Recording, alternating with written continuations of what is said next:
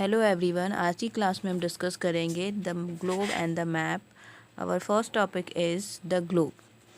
The model of the earth is called the globe.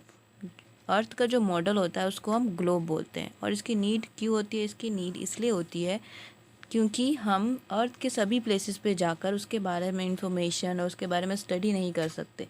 तो अर्थ के बारे में और ज़्यादा इन्फॉर्मेशन कलेक्ट करने के लिए हमें ग्लोब की नीड होती है, ताकि हम आसानी से उसके बारे में इंफॉर्मेशन कलेक्ट कर सकें।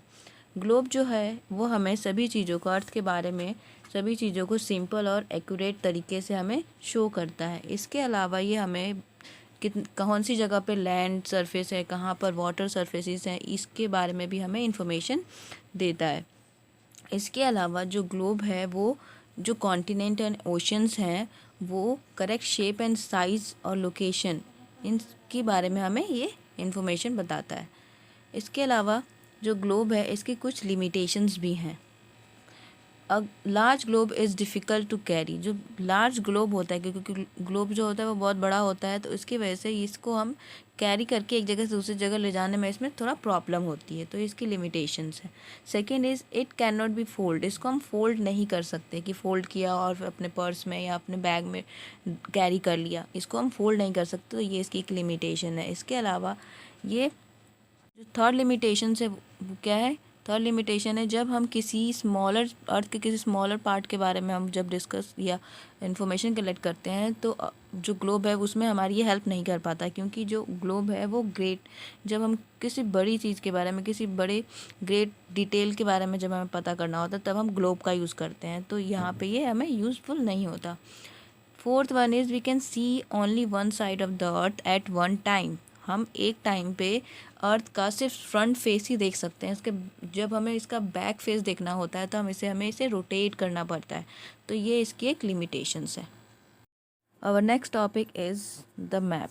मैप क्या होता है? Map is a drawing on a flat surface like paper. Map एक ड्राइंग होती है जो कि फ्लैट सरफेस पे ड्रॉ की होती है। मैप जो है वो कंट्रीज़ की, उसके स्मॉलर पार्ट, स्टेट्स, उसके कैपिटल सिटी, इन सब के मैप को हम ड्रॉ कर सकते हैं एक फ्लैट सरफेस पे। इसको हम फोल्ड कर सकते हैं, इसको रोल किया जा सकता है, और इसको हम कहीं भी कैरी करके अपने पर्स में, बैग में लेके जा सकते हैं फोल्ड करके।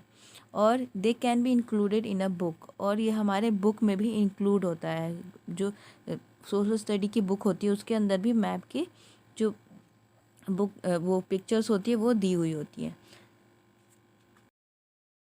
नेक्स्ट टॉपिक है लिमिटेशंस क्या होती हैं मैप की, यानी सीमाएं कौन कौन सी हैं इसकी।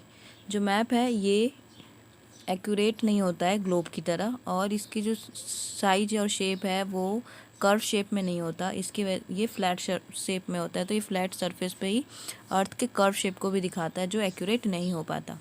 इसके अलावा जो मैप है वो हमें स्मॉल प्लेसेस को बड़े ही डिटेल में हमें इंफॉर्मेशन देता है उसके बारे में।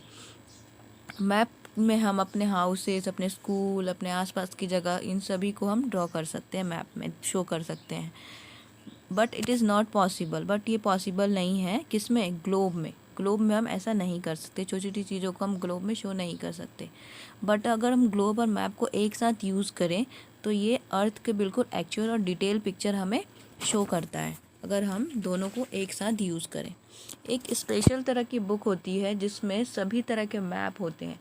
सभी तरह के मैप होते हैं, चाहे वो पॉलिटिकल मैप हो, जियोग्राफिकल मैप हो, ये सभी एक बुक होता है उसमें होता है। तो उस बुक को हम क्या बोलते हैं? एटलास बोलते हैं। जो मैप ऑफ द बुक होता है उसको हम एटलास बोलते हैं। ज़्यादातर जो मैप है उसमें हम क्या शो करते हैं? Roads, railways, airways, town, cities और जो भी प्लेसेस हैं वो हम शो करते हैं। इसके अलावा फॉरेस्ट कहाँ है, क्रॉप्स कहाँ ग्रो की जाती हैं, ग्रासलैंड कहाँ पर है, माइंस कहाँ है, प्लेट्यू कहाँ है, माउंटेन्स कहाँ है, ये सभी चीज़ें हम मैप में ग्रो कर पाते हैं। अगर आप इस चैप्टर की प्रीवियस वीडियोस देखना चाहते हैं तो आपको इसकी लिंक मेरे डिस्क्रिप्शन बॉक्स में मिल जाएगी। Thank you.